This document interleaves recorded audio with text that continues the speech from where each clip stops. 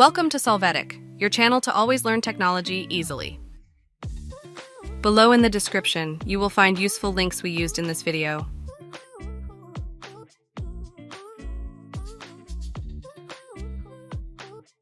Today at Solvetic, we show you how to view and recover uninstalled Android applications. We start by opening the Play Store and then click on our user icon. After that, we click on Manage Apps and Device. Here we will click on Manage. After that, we click on the Installed drop-down and select Not Installed.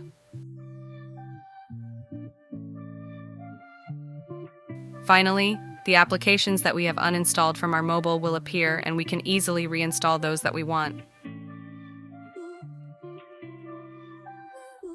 Hey, remember to subscribe Solvetic channel.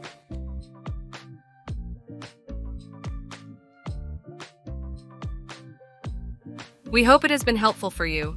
Here are links to watch more videos of your interest and subscribe to the Solvetic channel. Thank you.